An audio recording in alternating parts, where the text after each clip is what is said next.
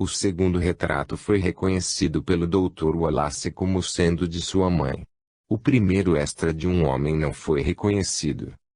Sr. J. atraiu Taylor, então redator do British Journal of Photography, testemunhou que tinha obtido resultados sobrenaturais com esse médium, usando as suas próprias chapas, e que em nenhuma ocasião, durante a preparação, a exposição ou a revelação dos retratos, Sr. Hudson se achava a menos de 3 metros da máquina ou da câmara escura.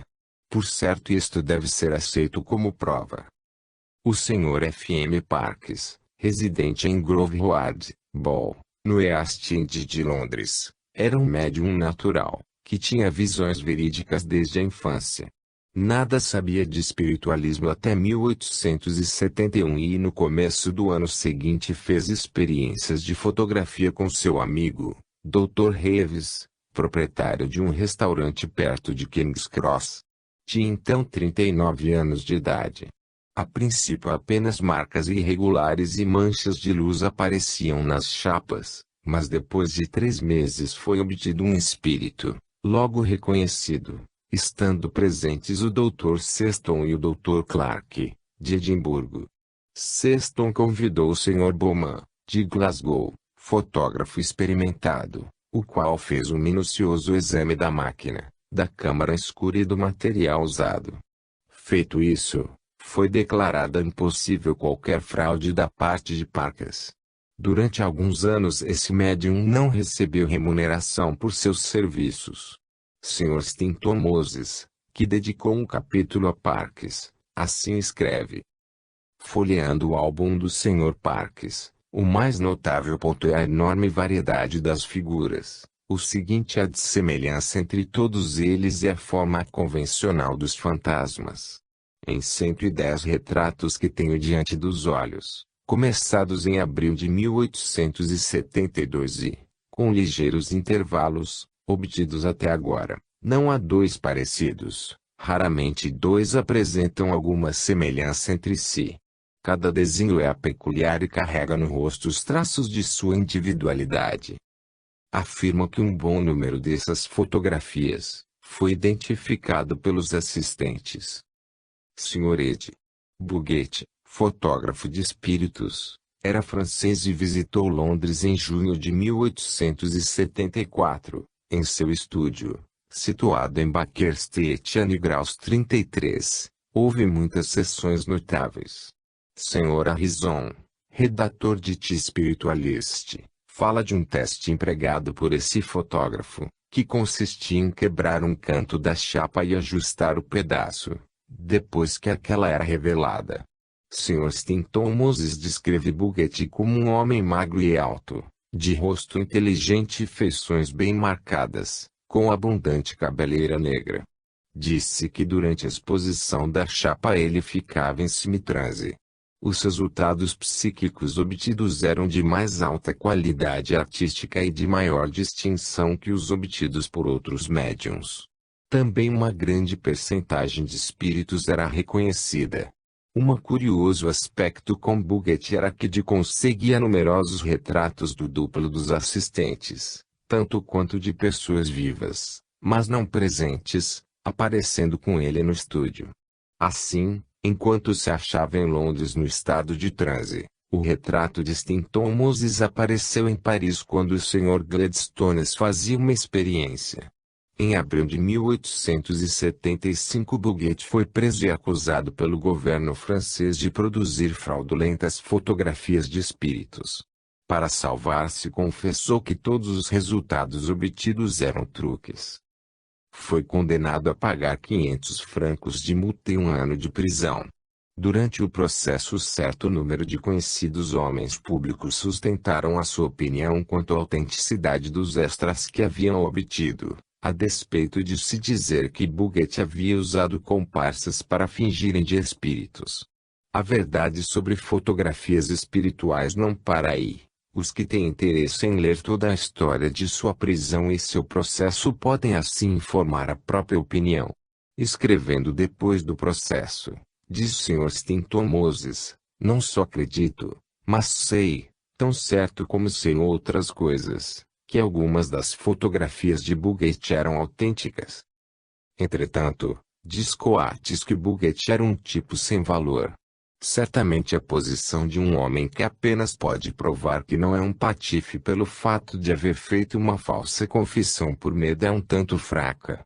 O caso para a fotografia espiritual, sem ele, ficaria mais valorizado. Quanto à sua confissão, foi ela arrancada criminosamente pelo arcebispo da Igreja Católica de Toulouse, numa ação contra a revista espírita, Revue Spirit, quando seu redator, Lemare, foi acusado e condenado. Disseram a Bugatti que a sua salvação estava em confessar. Assim constrangido, fez o que antes haviam feito tantas vítimas da Inquisição, uma confissão forçada que, entretanto, não o salvou de 12 meses de cadeia. Richard Borsneu, 1832 a 1900, ocupou uma posição preeminente no período médio da história da fotografia espiritual. Formava uma parceria com um fotógrafo profissional em Fleet Street e dizem que tinha faculdades psíquicas e que eventualmente mãos e rostos apareciam em suas chapas, já em 1851. Seu companheiro o acusou de não lavar convenientemente as chapas, ao tempo do processo coloidal e, após uma discussão violenta, Borsneu disse que não mais continuaria com esse negócio. Só 40 anos mais tarde é que novamente apareceram figuras psíquicas e, então, com formas extras, em suas fotografias, para seu desapontamento, porque prejudicaram o seu negócio e ocasionaram a destruição de muitas chapas. Foi com muita dificuldade que o Sr. W.F. Stead o persuadiu a realizar algumas sessões. Nas suas próprias condições, Stead obteve repetidamente aquilo que o velho fotógrafo chamava retratos de sombras. A princípio não eram reconhecidas, mas, por fim, foram obtidas algumas bem identificadas. Sr. Stead forneceu detalhes das precauções observadas no preparo das chapas, etc., mas diz que liga pouca importância a estas, considerando que o aparecimento numa chapa de uma semelhança de um parente desconhecido ou de um assistente desconhecido é um teste muito superior às precauções que um mágico hábil ou um fotógrafo de truques pode ludibriar. E diz: de vez em quando eu enviava amigos ao Sr. Borsneu, sem informá-lo quem eram eles, nem lhes dizer coisa alguma acerca da identidade de pessoas mortas, parentas ou amigas dos recomendados, cujo retrato queriam obter, e, ao revelar as chapas, os retratos apareciam, por vezes atrás, outras vezes em frente ao interessado. Isso acontecia com tanta frequência que estou convencido de que qualquer fraude era impossível. Uma vez aconteceu que um editor francês descobrisse o retrato de sua falecida esposa num negativo que fora revelado, e ficou tão encantado que insistiu em beijar o velho fotógrafo, com o que o deixou muito embaraçado. De outra feita foi um engenheiro do Lancashire, também fotógrafo, que marcou as chapas e tomou outras precauções. Obteve retratos de 2 parentes e outro de eminente personagem com quem havia mantido estreitas relações. Ainda de outra foi um vizinho próximo que, indo como um desconhecido, obteve o retrato de sua filha morta. Em 1903 os espiritualistas de Londres presentearam esse médium com uma bolsa de ouro e um documento assinado por mais de 100 espiritualistas notáveis. Nessa ocasião as paredes das salas da Sociedade de Psicologia, em George Street, Portman Square, estavam cobertas por 300 fotografias escolhidas de espíritos, feitas por Borsneu. Em relação à opinião do Sr. Stead quanto à reconhecida semelhança, declaram os críticos que os assistentes muitas vezes imaginam a semelhança, e que por vezes 2 assistentes alegam que o mesmo extra é o seu parente.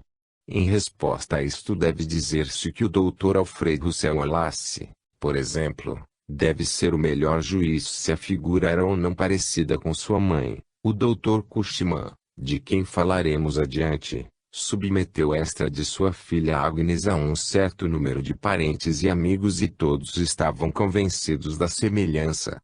Mas, Fora de qualquer certeza quanto à semelhança, resta a esmagadora prova de que essas fotografias supranormais realmente acontecem e, em milhares de casos, foram identificadas. Sr. Edward Willie, nascido em 1848 e falecido em 1911, tinha genuínos dons mediúnicos, que foram verificados por inúmeros investigadores, qualificados.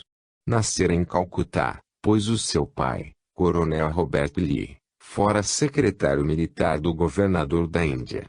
Willie, que servira como capitão na Guerra Maori, na Nova Zelândia, depois fez fotografias ali. Em 1886 foi para a Califórnia. Depois de algum tempo começaram a aparecer pontos luminosos em seus negativos e como aumentavam sempre, ameaçavam destruir o seu negócio. Jamais tinha ouvido falar de fotografias de espíritos, até que uma senhora lhe sugeriu isto como possível explicação. Experimentando com ela apareceram rostos nas chapas nos pontos iluminados. Daí por diante esses rostos apareciam com tanta frequência com outros assistentes que ele se viu obrigado a deixar o negócio comum e se devotar a fotografias de espíritos. Mas então defrontou novas dificuldades. Foi acusado de obter fraudulentamente esses resultados e isso o feriu tanto que tentou ganhar a vida de outra maneira, mas sem resultado. Teve que voltar àquele trabalho como médium fotógrafo, como era chamado. A 27 de novembro de 1900 uma comissão da Sociedade de Pesquisas Psíquicas de Pasadena fez uma investigação com ele em Los Angeles. Foram respondidas as seguintes perguntas por Willie. Aqui as transcrevemos por serem de interesse histórico. Pergunta: o senhor anuncia ou promete fotografar rostos de espíritos ou alguma coisa parecida e fora do comum aos seus fregueses? Resposta: absolutamente. Não garanto nem prometo coisa alguma. Não tenho controle sobre isto. Apenas cubro meu tempo e o material, como podem ver pelo quadro que está ali na parede. Cobro $1 por sessão. E se a primeira não for satisfatória, faço uma segunda tentativa sem mais despesas. Pergunta: por vezes deixa de obter algo de extraordinário? Resposta: sim. Muitas vezes. Sábado passado, trabalhando à noite, fiz 5 sessões e nada obtive. Pergunta: em que proporção são essas falhas? Resposta: diria que num dia comum de trabalho a média é de 3 a 4 falhas, nuns dias mais, noutros menos. Pergunta: em que proporção avalia que os rostos extras que aparecem são reconhecidos pelos assistentes ou por seus amigos? Resposta: durante alguns meses do ano passado eu fazia o registro desse ponto e achei que em cerca de 2/3 um ou mais rostos extras eram reconhecidos. Às vezes havia apenas uma face extra, outras vezes 5 ou 6, ou mesmo 8 e eu não podia fazer um registro delas, mas apenas do número total de sessões, como se vê em meu livro de notas. Pergunta: quando uma sessão é feita o senhor conhece, como sensitivo, se há ou não extras na chapa? Resposta: às vezes eu vejo luzes em volta do assistente e então tenho certeza de que haverá algo para ele ou para ela, mas não sei exatamente o que será, assim como os senhores não sabem. Não sei o que é enquanto não o vejo na chapa revelada, fixada e examinada à luz. Pergunta: quando um assistente deseja fortemente que um determinado amigo desencarnado apareça na chapa é mais provável obter resultado? Resposta: não. Um forte estado de tensão mental, ou de desejo, quer seja de ansiedade ou de antagonismo, torna mais difícil para o espírito o emprego do magnetismo do assistente a fim de produzir a manifestação, de modo que é menos provável que, então, apareça um extra na chapa. Uma condição repousante, passiva e à vontade é mais favorável aos bons resultados. Pergunta: os espiritualistas conseguem melhores resultados que os descrentes? Resposta: não. Alguns dos melhores resultados que jamais obtive ocorreram quando a cadeira era ocupada por gente muito céptica. Com essa comissão não foram obtidos os extras. Antes, em 1899, outra comissão havia submetido o médium a testes rigorosos e 4 chapas em 8 mostraram resultados que a comissão foi incapaz de explicar. Depois de minucioso relato das precauções tomadas, conclui o relatório. Como comissão, não temos uma teoria, apenas testemunhamos aquilo que sabemos. Individualmente discordamos quanto às causas prováveis, mas sem prevenção concordamos no que respeita aos fatos prováveis. Daremos $25 a qualquer fotógrafo de Los Angeles que, por meio de truque ou de habilidade, produzir resultados semelhantes, em condições similares. Assinado Julian M. Secrai, P.C. Campbell, e W. McKee, W. N. Slocum, John Inley.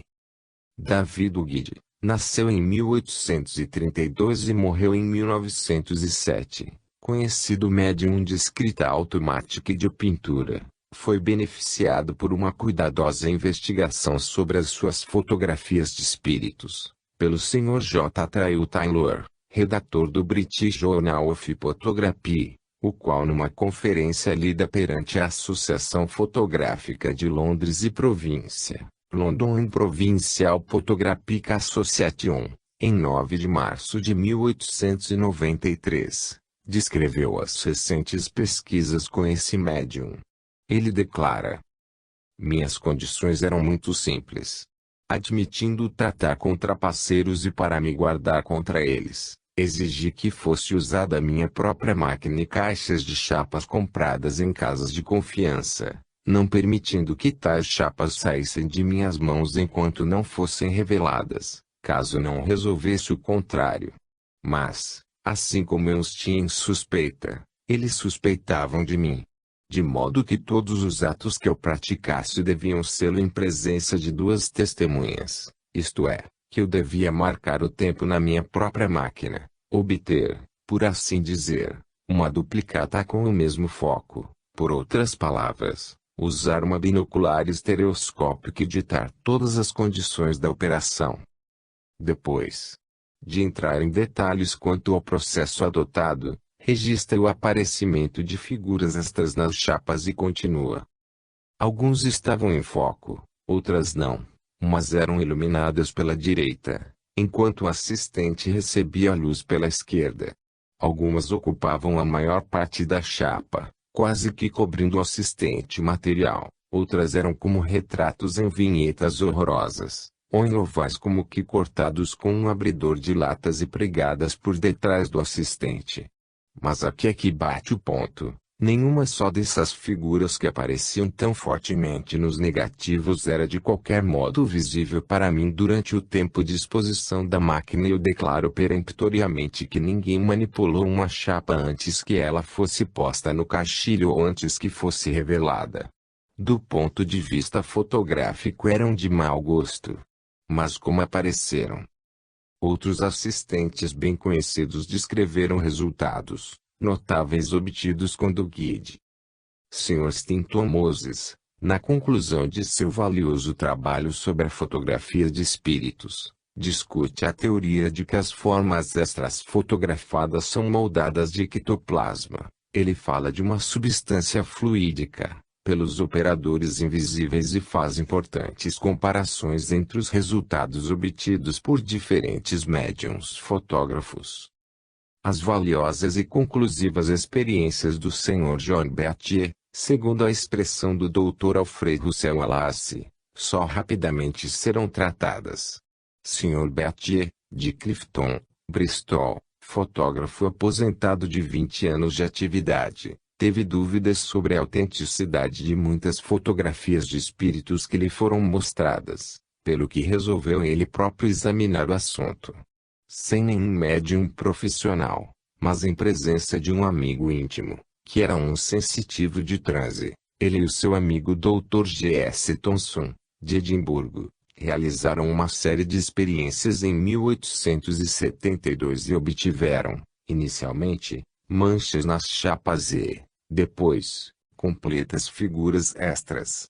Verificaram que esses extras e as manchas na chapa apareciam muito antes que o assistente material, durante a revelação, peculiaridade frequentemente notada por outros experimentadores. A honestidade do Sr. Beatty é absolutamente endossada pelo redator do British Journal of Photography. Stinton Moses e outros dão detalhes das experiências acima referidas. Em 1908 Daily Mail, de Londres, nomeou uma comissão para fazer um inquérito sobre a autenticidade ou não das chamadas fotografias espirituais, que não chegou a qualquer resultado. Era composta de 3 não espiritualistas, R. Shield Bailey, F. J. Mortimer e Sanger Shepserd, e 3 defensores da fotografia espiritual, A. P. Sinnett, e R. Serokolskeus e Robert King. No relatório destes 3 últimos contavam que apenas podem relatar que a comissão falhou na obtenção de provas de que é possível a fotografia espiritual, não devido à falta de provas abundantes no particular, mas devido à atitude infeliz e nada prática tomada pelos outros membros da comissão, que não possuíam qualquer experiência do assunto. Particularidades da comissão podem ser encontrados em Light. Nos últimos anos a história das fotografias de espíritos concentrou-se muito em torno do que é conhecido por Grupo de Crewe, agora constituído pelo Sr. William Hope e Sra. Buxton, ambos de Crewe. O grupo se constituiu mais ou menos em 1905, mas só atraiu atenção em 1908. Descrevendo suas primeiras experiências, Sr. Hope diz que, quando trabalhava numa fábrica perto de Manchester, num sábado à tarde fez uma fotografia de um operário, numa posse junto a um muro de tijolos. Quando a chapa foi revelada via-se, além do retrato de seu amigo, a forma de uma mulher ao seu lado, vendo-se o muro por transparência.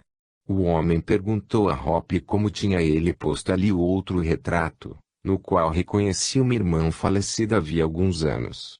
Disse Sr. Hope. Então eu nada sabia a respeito de espiritualismo. Levamos a fotografia aos trabalhadores na segunda-feira, e um deles, espiritualista, disse que era o que se chamava uma fotografia espiritual. Sugeriu que no sábado seguinte, no mesmo lugar e com a mesma máquina, tentássemos novamente. Concordamos. E não só a mesma senhora apareceu na chapa, mas uma criancinha com ela. Achei isto muito estranho, fiquei interessado e continuei as experiências. Durante muito tempo Hope destruía todas as chapas de espíritos, até que o arquidiácono Coley travou conhecimento com ele e o aconselhou a conservá-las. O arquidiácono Coley fez a primeira sessão com o grupo de Crewe em 16 de março de 1908. Trouxe a sua própria máquina, uma Lancaster de 1/4 de chapa, que Hope ainda usa, seus caixilhos e suas chapas marcadas a diamante e revelou as chapas com seus próprios produtos químicos. A única coisa que o Sr. Hope fez foi apertar o botão para exposição. Numa das chapas apareceram 2 espíritos. Desde esse dia Sr. Hope e a Sra. Buxton fizeram milhares de fotografias espirituais sob todos os testes imagináveis e se orgulham de poderem dizer que jamais ganharam um tostão por seus trabalhos, apenas cobravam o material usado e o seu tempo. Sr. M. J. Viancombe, fotógrafo profissional em Bridgewater, Somerset, teve a mesma perturbadora experiência de Ollie, Borsnell e outros, ao descobrir inúmeras manchas luminosas nas suas chapas e, como aqueles, chegando a fazer fotografias espirituais.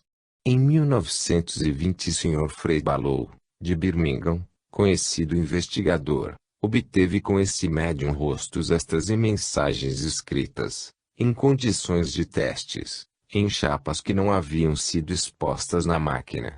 Desde essa data Viancombe obteve muitos resultados probantes.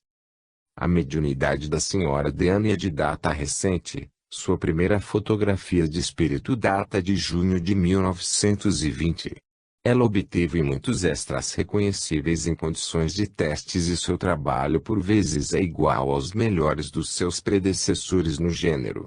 Recentemente ela conseguiu dois magníficos resultados. O Dr. Allerton Kushman, conhecido cientista americano, diretor do Laboratório Nacional, em Washington, fez uma visita inesperada ao British College of Psychic Science, em Holland Park, em julho de 1921 e obteve através da Sra. Deane, uma bela fotografia extra, reconhecida como de sua filha morta.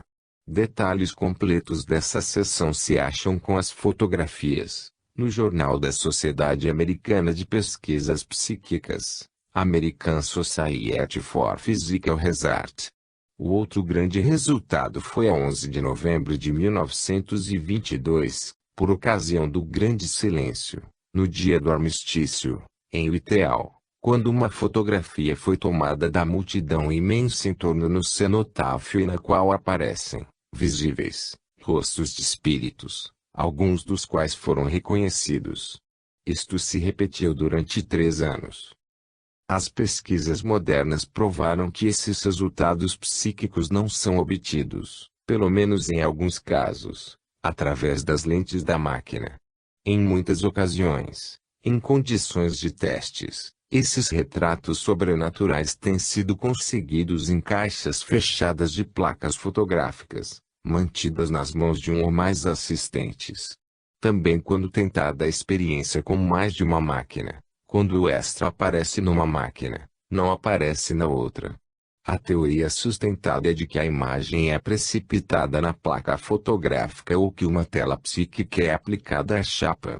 Talvez possa o autor dizer algumas palavras de sua experiência pessoal, que foi principalmente com o grupo de Creu e com a Sra. Deane. Neste último caso sempre houve resultados, mas em nenhum os extras foram reconhecidos. O autor está perfeitamente certo da força psíquica da Sra. Deane, que foi magnificamente demonstrada durante uma longa série de experiências feitas pelo Sr. Warwick, sob todas as possíveis condições de teste que são minuciosamente descritas em Psychic Science. Entretanto, a sua experiência pessoal nunca foi evidente e, atendo-se a ela, não se pode falar com segurança. Ele empregou as próprias chapas da Sra. Deane e tem uma forte impressão de que os rostos podem ter sido precipitados nas chapas nos dias de preparação, quando ela as levava em pacotes. Ela tem a impressão de que facilitava assim os resultados obtidos, mas talvez se enganasse, pois o caso Cushman foi uma surpresa. Também há a consignar que uma vez ela foi vítima de um truque no Psychic College. Seu pacote de chapas foi substituído por outro. Não obstante, os extras foram obtidos. Bem que podia ser avisada, pois se abandonasse o método que lhe dá resultados, embora legítimos, seriam eles passíveis de ataque. Já o caso é diferente com o Sr. Hoppe. Nas várias oportunidades em que o autor experimentou com ele, fê-lo com as suas próprias chapas, previamente marcadas na câmara escura e manejadas e reveladas por ele próprio. Em quase todos os casos um extra foi conseguido, e esse extra, conquanto não tenha sido claramente reconhecido, certamente foi uma produção anormal. Hoppe suportou os costumeiros ataques da ignorância e da malícia, a que se acham expostos todos os médiuns, mas sempre deles saiu com a honra inatingida. Uma referência deve ser feita aos notáveis resultados do Sr. Staveley Bulford, talentoso estudante de psiquismo, que produziu os melhores e mais autênticos retratos psíquicos. Ninguém poderá olhar o seu livro de recortes e notar o gradual desenvolvimento de seus dons, desde as simples manchas de luz até os rostos perfeitos, sem ficar convencido da realidade do processo. O assunto é ainda obscuro e toda a experiência pessoal do autor é no sentido de defender o ponto de vista de que num certo número de casos nada de externo foi realizado. O efeito é produzido por uma espécie de raio, que carrega a figura, penetra os sólidos, como a parede do caixilho, e a imprime na placa. A experiência já citada, na qual 2 máquinas foram usadas simultaneamente, com o médium entre elas, parece conclusiva, de vez que mostra um resultado numa chapa e não na outra. O autor obteve resultados em chapas que jamais saíram do caixilho tão bons quanto os das que haviam sido expostas à luz. É provável que se Hoppe jamais tivesse tirado a tampa da objetiva, por vezes os seus resultados teriam sido os mesmos. Seja qual for a eventual explicação, a única hipótese que atualmente abarca os fatos é de uma sábia e invisível inteligência presidindo a operação e trabalhando à sua maneira, e que mostra diferentes resultados em grupos diferentes. Tão padronizados são os métodos de cada um que o autor é capaz de dizer, à primeira vista, qual o fotógrafo que fez a chapa que lhe apresentarem. Supondo que tal inteligência tem os poderes que lhe são atribuídos, podemos então ver imediatamente por que cada lei normal de fotografia é violada, por que sombras e luzes não mais concordam e, por fim, porque uma série de armadilhas são preparadas para a generalidade dos críticos convencionais.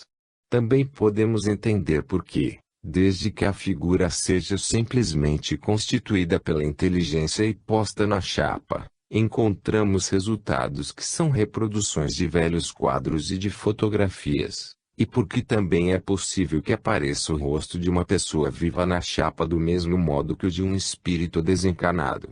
No exemplo citado pelo Dr. Enslow, a reprodução de um raro escrito grego do Museu Britânico apareceu numa das chapas de Hoppe, com uma ligeira alteração no grego, o que provava que não era uma cópia.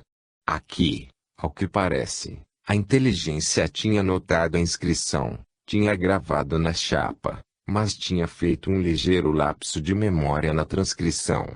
Essa explicação tem o desconcertante corolário que o mero fato de termos o retrato psíquico de um amigo morto absolutamente não constitui prova de que o mesmo se ache presente.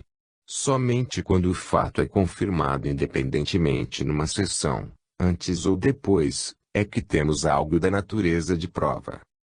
Em suas experiências com a Hoppe, o autor teve a impressão de pegar o processo pelo qual as fotografias objetivas são construídas, tanto que pôde ele arranjar uma série de dísticos que mostraram os vários estágios. O primeiro desses dísticos, tomado com o Sr. William Jeffrey, de Glasgow, como assistente, mostra uma espécie de casulo de veios finos, um material como fita, que poderemos chamar de ectoplasma, desde que os vários plasmas ainda não foram subdivididos. É tão tênue quanto uma bolha de sabão e nada contém. Isto poderia parecer o envoltório dentro do qual o processo é transportado, estando aí reunidas as forças, como se na cabine de um médium. No dístico seguinte vê-se que a face se formou dentro do casulo e que o casulo se abre debaixo do centro. São vistos vários estágios dessa abertura. Finalmente, a face aparece por fora, com o casulo festonado, para trás, e formando um arco sobre o rosto e um véu pendurado de ambos os lados. Esse véu é muito característico nas fotografias do Sr. Hoppe e quando falta em uma podemos sustentar que não houve presença objetiva e que é um puro efeito psicográfico. O véu mantilha, de várias formas, podem ser encontrados numa longa série de fotografias anteriores, e é especialmente observável numa tomada de um amador na costa ocidental africana, onde o espírito escuro tem densas dobras sobre a cabeça e no chão. Quando semelhantes resultados são alcançados em Creu, ou em lagos, é simples questão de bom senso convir que se trata de uma lei comum. Apontando a prova do casulo psíquico, espero o autor haver dado uma pequena contribuição para uma melhor compreensão do mecanismo da fotografia psíquica. É um verdadeiro departamento da ciência psíquica, como verá qualquer investigador sério. Contudo, não se pode negar que tenha sido transformado em objeto para patifarias, como não podemos garantir que, por serem genuínos alguns resultados conseguidos por médiuns, tenhamos que aceitar de olhos fechados tudo quanto nos mostrem, venha de onde vier. 20. Vozes mediúnicas e moldagens. É impossível dedicar capítulos separados a cada forma de força psíquica, pois o resultado exorbitaria dos limites desta obra. Mas os fenômenos de produção de vozes bem como os de moldagem são tão claros e evidentes que não será supérfluo um relato mais desenvolvido. Milhares de pessoas tornam-se eco daquelas palavras de Jó: eu ouvi uma voz, significando uma voz que não vinha de alguém que vivesse na terra. E o disse com segura convicção, depois de uma série de testes. A narrativa bíblica é farta em exemplos desse fenômeno e as constatações psíquicas dos tempos modernos mostram que aqui, como em outras manifestações sobrenaturais, o que aconteceu na aurora do mundo acontece ainda. Os exemplos históricos de mensagens faladas são os de Sócrates e de Joana d'Arc, embora não seja claro que em ambos os casos as vozes tivessem sido audíveis para os outros. É à luz do inteiro conhecimento que chegamos a concluir, com alguma probabilidade, que as vozes ouvidas eram do mesmo caráter supranormal daquelas com que hoje estamos familiarizados. Sr. F. W. H. Mears fez-nos pensar que o daimon de Sócrates era um extrato mais profundo do próprio sábio, a comunicar-se com o extrato superficial e consciente. E do mesmo modo explicaria as vozes que vieram a Joana. Falando assim, entretanto, ele nada explica. Que devemos pensar da história de que as estátuas antigas falavam? O ilustre autor anônimo, que se supõe tenha sido o Dr. Leonard Marsh, da Universidade de Vermont, daquele curioso livro Apocatastasis, O Progresso Regressivo, cita as seguintes palavras de Nonus. No que diz respeito a essa estátua, de Apolo, onde se achava, e como ela falava, eu nada disse. Deve, entretanto, entender-se que havia uma estátua em Delfos, que emitia uma voz inarticulada. Porque deveis saber que os espíritos falam, com vozes inarticuladas, de vez que não possuem órgãos pelos quais possam falar articuladamente. Assim o comenta o Dr. Marsh. Parece que o autor não estava bem informado relativamente ao poder de falar dos espíritos, desde que toda a história antiga declara que muitas vezes a sua voz era ouvida no ar, falando articuladamente e repetindo as mesmas palavras em diversos lugares, e essa voz era chamada, e universalmente conhecida, pelo nome de Vox Divina. E prossegue dizendo que com a mencionada estátua o espírito evidentemente estaria experimentando com o grosseiro material de que era feita, provavelmente de pedra, a ver se poderia produzir sons articulados, mas não o conseguia, pois que a estátua não possuía laringe ou outros órgãos da voz, como os modernos médiuns. Em seu livro o Dr. Marsh procura demonstrar que então, 1854, os fenômenos espiritualistas eram crus e imaturos, em comparação com as manifestações espirituais da antiguidade. Os antigos, diz ele, falavam disso como de uma ciência, e declaravam que os conhecimentos obtidos por seu intermédio eram exatos e controláveis a despeito de todos os demônios fraudulentos. Garantindo que o sacerdote era um médium de vozes, facilmente se explicam os oráculos falantes. É válido mencionar que a voz, que foi uma das primeiras formas de mediunidade associada ao espiritualismo moderno, é ainda preeminente, ao passo que outros aspectos da mediunidade inicial se tenham tornado raros. Mas como há um bom número de investigadores competentes que consideram o fenômeno da voz entre as mais convincentes das manifestações psíquicas, lancemos um olhar sobre o que há a respeito. Jonathan Crons, fazendeiro em Ohio, parece ter sido o primeiro dos médiuns modernos com quem isto se verificou. Na choupana já mencionada, chamada a sua Casa do Espírito, teve ele em 1852, e durante muitos anos, uma porção de fenômenos surpreendentes, entre os quais havia vozes de espíritos, que falavam através de um pequeno megafone ou trombeta. Sr. Charles Partridge, conhecido homem público, que foi um dos investigadores dos primeiros dias, assim descreve como ouviu o espírito conhecido como John King, falando numa sessão em casa de Cron, em 1855.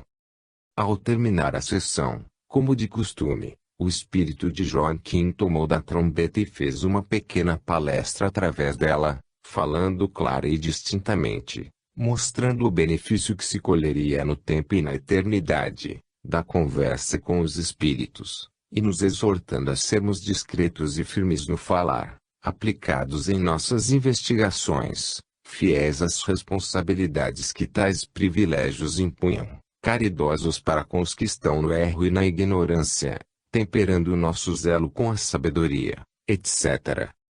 O professor Mapes, conhecido químico americano, disse que em presença dos Davenport havia conversado durante meia hora com John King, cuja voz era alta e distinta. Sr. Robert Cooper, um dos biógrafos dos irmãos Davenport, ouviu muitas vezes a voz de John King à luz do dia, e à luz da lua, quando passeando pela rua com os Davenport. Atualmente chegamos a formar uma ideia de como tais vozes se produzem nas sessões. Aliás, esse conhecimento foi corroborado pelas comunicações recebidas dos próprios espíritos. Parece que o ectoplasma procedente do médium, mas também, em menor proporção, dos assistentes, é usado pelos espíritos operadores na moldagem de uma espécie de laringe humana. E a utilizam para a produção da voz. Na explicação dada aos coons pelos espíritos, estes falavam do emprego combinado de elementos do corpo espiritual, e o que corresponde ao nosso atual ectoplasma, uma aura física que emana do médium. Compare-se isto com a explicação dada através da Sra. Bassett, a conhecida inglesa médium de vozes, aos 70 anos. Dizem eles que tomam as emanações do médium e de outros membros da assistência, com o que fazem um aparelho para falar e que o empregam. Sra. Marie Marçal, falecida em 1875, e que foi a primeira dos médiuns públicos ingleses, era canal para vozes vindas de John King e outros. Em 1809, em Londres, Sr. W. Harrison, redator de The Spiritualist, fez exaustivos ensaios com ela. Como os espiritualistas eram tidos como gente facilmente impressionável, é interessante notar a sua cuidadosa investigação. Falando da Sra. Marie Marçal, diz ele: mesas e cadeiras moviam-se à luz do dia e por vezes se erguiam do chão, enquanto nas sessões às escuras ouviam-se vozes e viam-se manifestações luminosas. Todas estas coisas pareciam vir dos espíritos. Então resolvi ser um visitante constante das sessões e permanecer no trabalho até verificar se as asserções eram verdadeiras ou descobrir a impostura com bastante precisão e segurança para denunciá-lo em presença de testemunhas e poder publicar os fatos com desenhos completos dos aparelhos usados.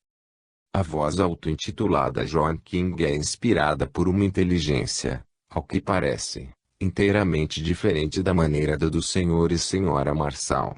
Entretanto, admiti que Sr. Marçal produziu a voz e, assistindo a algumas sessões, verifiquei que era comum que Sr. Marçal e John King falassem ao mesmo tempo. Assim, fui obrigado a abandonar a minha teoria.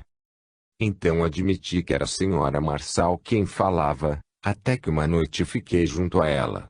Ela estava à minha direita e eu lhe segurava a mão e o braço e John King veio e falou ao meu ouvido esquerdo, quando a Sra. Marçal estava absolutamente imóvel. Assim se foi minha nova teoria. Diante disso, admiti que um parceiro entre os visitantes do grupo fazia a voz de John King. De modo que fiz uma sessão apenas com o Sr. Marçal e sua senhora. John compareceu e falou durante uma hora. Finalmente, estabeleci que um parceiro escondido produzia a voz.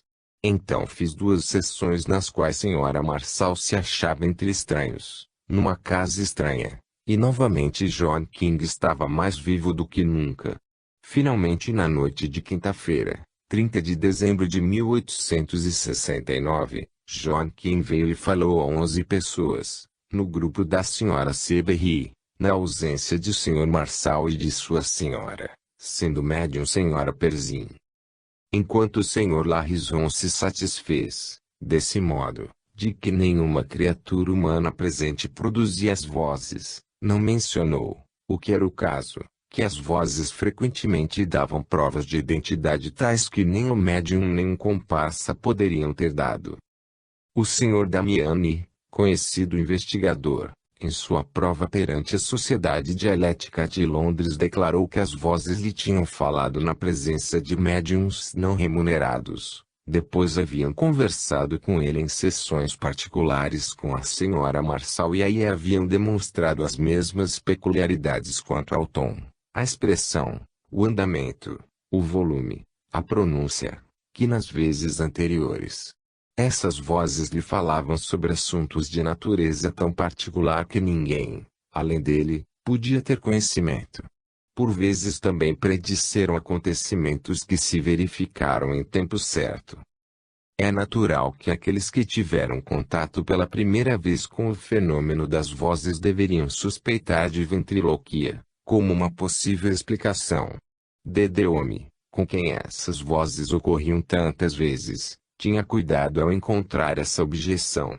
Descrevendo a sessão quando o homem visitou em Cupar, em Fife, em 1870, assim escreve o general Boldeiro.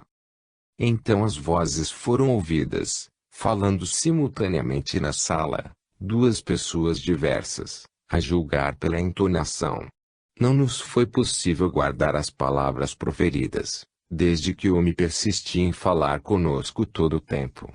Reclamamos contra a sua conversa, mas ele replicou, falo de propósito, para que possa convencer-se de que as vozes não são devidas a qualquer ventriloquia de minha parte, desde que isto é impossível quando alguém está falando com a sua voz natural. A voz de homem era muito diferente das que se ouviam no ar.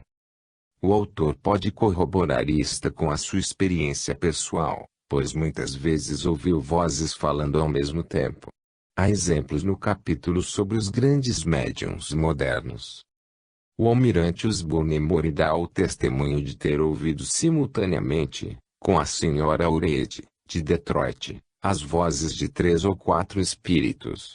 Em seu livro T-Voices, de 1913, cita o testemunho da conhecida escritora Senhorita Edith Carper, antes secretária particular do Sr. W. T. Stead.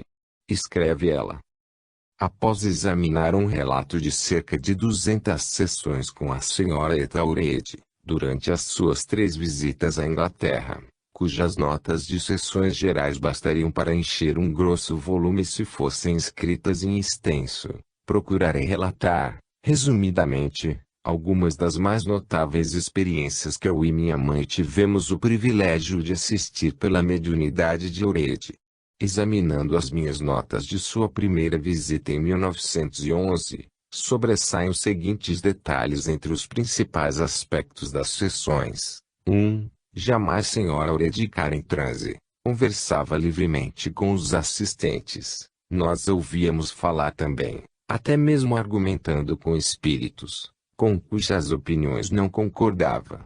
Lembro-me de uma vez em que o Sr. Stein se sacudia em gargalhadas, ou ouvir a reprimenda das senhores. Urey ao editor do Progressive Thinker por sua atitude contra os médiuns e da evidente confusão do Sr. Francis que, depois de uma tentativa de explicação, derrubou a trombeta e retirou-se aborrecido.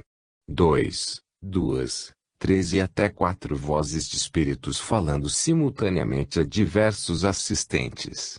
3. Mensagens dadas em língua estranha, francês, alemão, italiano, espanhol, norueguês, holandês, árabe e outras, com as quais a médium não estava familiarizada. Uma senhora norueguesa, muito conhecida no mundo das letras e da política, foi abordada em norueguês, por uma voz masculina, dizendo-se seu irmão e dando o nome de P. Ela conversou com ele e deu mostras de satisfação ante as provas dadas de sua identidade. De outra vez uma voz falou em espanhol fluente, dirigindo-se determinadamente a uma senhora no grupo, que ninguém sabia tivesse ligações com essa língua. Então a senhora estabeleceu uma conversa fluente com o espírito, em espanhol, com evidente satisfação para este. Sra. Maria Ulis, depois Sra. Ulis Billing, era uma notável médium. Esta americana visitou a Inglaterra em 1874 e em 1880, quando foi apresentada à Sociedade de Londres por representativos espiritualistas. Um belo relato de sua variada mediunidade é feito pelo Dr. N. Beowulf em seu livro Startling Facts in Modern Spiritualism. Ulis era uma senhora fina e milhares de pessoas tiveram provas e consolações através de seus dons. Seus dois guias James Nolan e um índio chamados que falavam livremente em voz direta. Numa de suas sessões, realizada na casa da Sra. MacDougall Gregory, em Grosvenor Square, a 21 de janeiro de 1880, um clérigo da Igreja da Inglaterra sustentava o fio de uma conversa com um espírito, a qual havia sido interrompida há 7 anos e se confessou muito satisfeito com a autenticidade da voz, que era muito peculiar e perfeitamente audível para todos os assistentes, de ambos os lados do clérigo a quem o espírito se dirigia. Sr. Edward Randall conta de outra boa médium americana para vozes diretas, Sra. Emily S. French, em seu livro The Avenue Verdiette. Ela faleceu em sua casa em Rochester, Nova York, a 24 de junho de 1912. Sr. Randall investigou as suas faculdades durante 20 anos e se convenceu de que a sua mediunidade era de um altíssimo padrão. Sra. Mercia M. Swain, que faleceu em 1900, era uma médium de voz direta cuja instrumentalidade foi aproveitada por um grupo de resgate, Rescue Circle, na Califórnia, para ajudar os espíritos atrasados. Um relato dessas extraordinárias sessões, que eram dirigidas pelo Sr. Leander Fisher, de Buffalo, Nova York, e que se estenderam de 1875 a 1900, se acha no livro do almirante Osborne Emory Glimpses of Tineststadt. Sr. Everett, senhora finíssima e médium não profissional, produziu vozes diretas na Inglaterra em 1867 por muitos anos depois. Muitos dos grandes médiums de efeitos físicos, especialmente os de materializações, produziram os fenômenos de vozes diretas. Estas ocorriam, por exemplo, com Eglinton, Spriggs, Usk, Duguid, Ernie, Sra. Gupsy e Florence Cook. Sra. Elizabeth Black, de Ohio, que faleceu em 1920, era um dos mais maravilhosos médiums de voz direta de que temos notícia e, talvez, o de maior valor probante, porque em sua presença as vozes se produziam com regularidade em plena luz do dia. Era pobre, iletrada, vivendo na pequena aldeia de Bradrick, à margem do rio Ohio, do outro lado da cidade de Huntingdon, em West Virginia. Era médium desde criança. Era muito religiosa e pertencia à igreja metodista, da qual, como alguns outros, entretanto, foi expulsa devido à sua mediunidade. Pouco se tem escrito a seu respeito. Um único relato minucioso é a valiosa monografia do professor Slope. Dizem que foi sucessivamente submetida a testes por cientistas, médicos e outros e que o fazia de boa vontade. Entretanto, como esses homens não foram capazes de apelhar em fraude, não se preocuparam em oferecer ao mundo os resultados obtidos. Slope teve a sua atenção atraída para ela por ouvir dizer que um muito conhecido mágico americano, com uma experiência de muitos anos, se havia convencido da autenticidade de seus fenômenos e em 1906 foi ao Ohio examinar a sua mediunidade. O volumoso relatório de Slope descreve legítimas comunicações que ocorreram. Ele faz essa rara confissão de ignorância do processo do ectoplasma na produção dos fenômenos das vozes. A altura dos sons, em alguns casos, exclui a suposição de que as vozes sejam conduzidas das cordas vocais à trombeta. Ouvi sons a 6 metros de distância e os poderia ter ouvido a 12 ou 15 metros. E os lábios da Sra. Black não se moviam.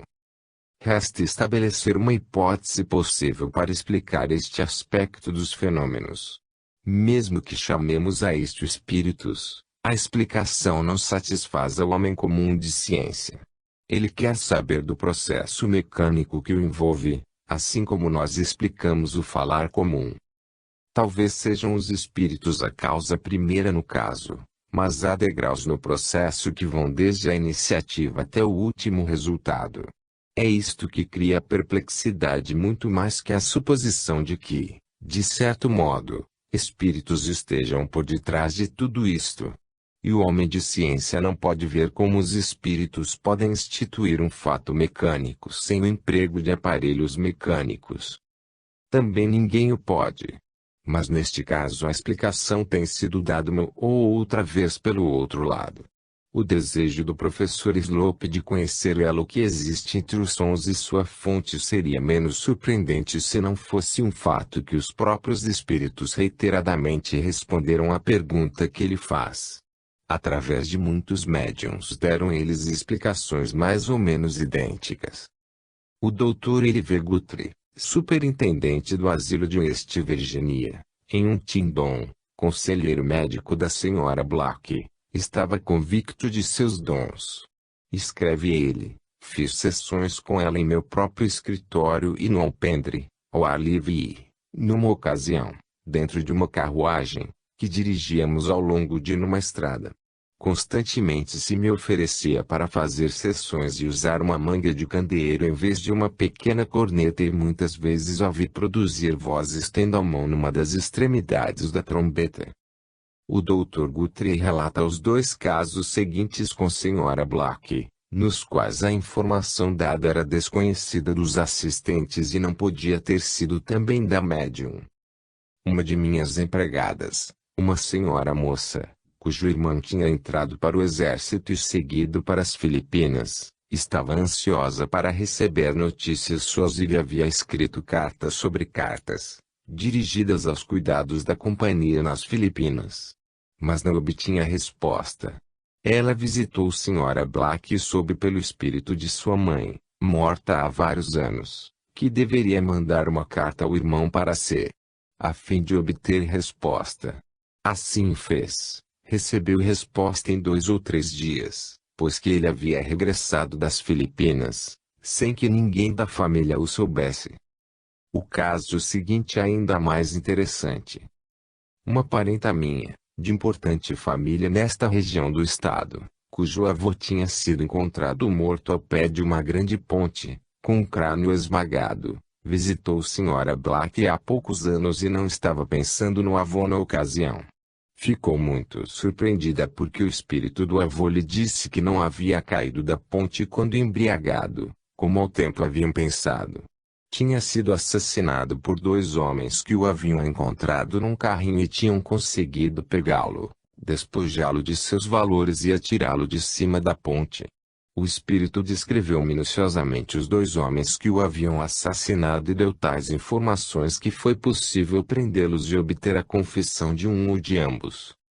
Numerosos assistentes notaram que enquanto a Sra. Black falava ouviam-se as vozes dos espíritos, e, ainda, que os mesmos espíritos apresentavam a mesma personalidade, bem como a mesma inflexão de voz durante anos. Slope dá detalhes de um caso com essa médium, na qual as vozes comunicantes deram a solução correta para abrir um cadeado de segredo, que era desconhecida do assistente. Entre os modernos médiums de voz direta da Inglaterra estão Sra. Roberts Johnson, Sra. Blanche Cooper, George Sloan, William Phoenix, as senhoritas Dunsmore, Evan Powell, a médium Galena, e Sr. Potter. O Sr. H. Dennis Bradley fez um minucioso relato da mediunidade de voz direta de George Valentine, o conhecido médium americano. Bradley conseguiu vozes no seu próprio grupo doméstico, sem médiums profissionais. É impossível exagerar os serviços que o trabalho dedicado e de alto sacrifício de Bradley prestou à ciência psíquica. Se todo o nosso conhecimento dependesse das provas dadas nesses 2 livros, Towards the Stars e Wisdom of the God de 176, Isso seria bastante para qualquer homem razoável. Algumas páginas devem ser dedicadas a um resumo da prova objetiva e muito convincente das moldagens tomadas de corpos de ectoplasma, por outras palavras, de formas materializadas. Quem primeiro explorou essa linha de pesquisa parece ter sido William Denton, autor de Nature Secrets, um livro de psicometria, publicado em 1863. Em 1800